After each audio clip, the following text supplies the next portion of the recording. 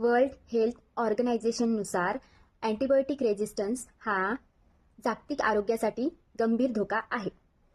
तर नमस्कार मित्रांनो, मी फार्मागर्ल कोमल आज आपल्यासमोर एक नवा व्हिडिओ घेऊन आली आहे. तर चला बघूया. अँटीबायोटिक रेझिस्टन्स, मराठीमध्ये प्रतिजैविक प्रतिकारशक्ती. म्हणजेच जेव्हा बॅक्टेरिया औषधांना प्रतिसाद देत नाही आणि औषधे काम करणे थांबवतात, त्यालाच अँटीबायोटिक रेझिस्टन्स असे म्हणतात. यामध्ये शरीर नाही तर जंतू मजबूत होतात. आपण सर्दी, घशात दुखणे किंवा व्हायरल फेवरवर अनेकदा अँटीबायोटिक्स घेत असतो.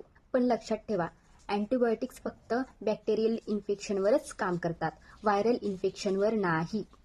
जेव्हा आपण गरज नसताना अँटीबायोटिक घेतो किंवा पूर्ण कोर्स करत नाही, तेव्हा बॅक्टेरिया मजबूत होतात. पुढच्या वेळी तीच औषधे निकामी ठरू शकतात. यामुळे उपचार कठीण होतात, हॉस्पिटलायझेशन वाढतो आणि खर्च देखील वाढतो.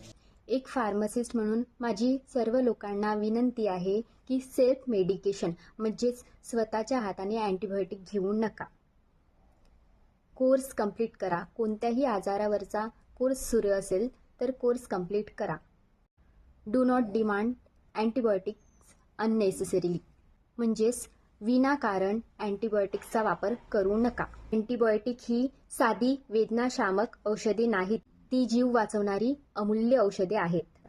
त्याचा योग्य वापर करा. आज योग्य वापर केला तरच उद्याला ही औषधे आपल्याला वाचवू शकतील. मित्रांनो, माझी अँटीबायोटिक रेझिस्टन्सबद्दलची माहिती आवडल्यास मला सपोर्ट करा. थँक्यू.